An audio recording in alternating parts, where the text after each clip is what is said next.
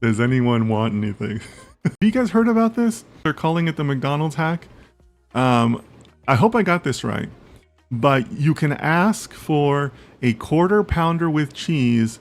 No, excuse me. It's a double quarter pounder with cheese, but you say Big Mac style.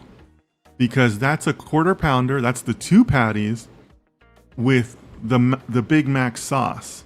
So they say that it's a way for you to get like I guess they cook the patties for the double quarter pounder differently or something like that. So it's like a better version of a Big Mac because you're still getting meat in a burger, but you're getting the Big Mac sauce instead of the cheese or excuse me, instead of the ketchup and stuff that the quarter pounder comes with. Have you guys heard about this? But apparently that's the latest hack. You got to order a double quarter pounder, Big Mac style is the key that you got to say. But supposedly that works. You know, so you guys tell me if you've heard of that or if you tried it. Let me know in the chat if you guys have heard about it or if you know of any other hacks.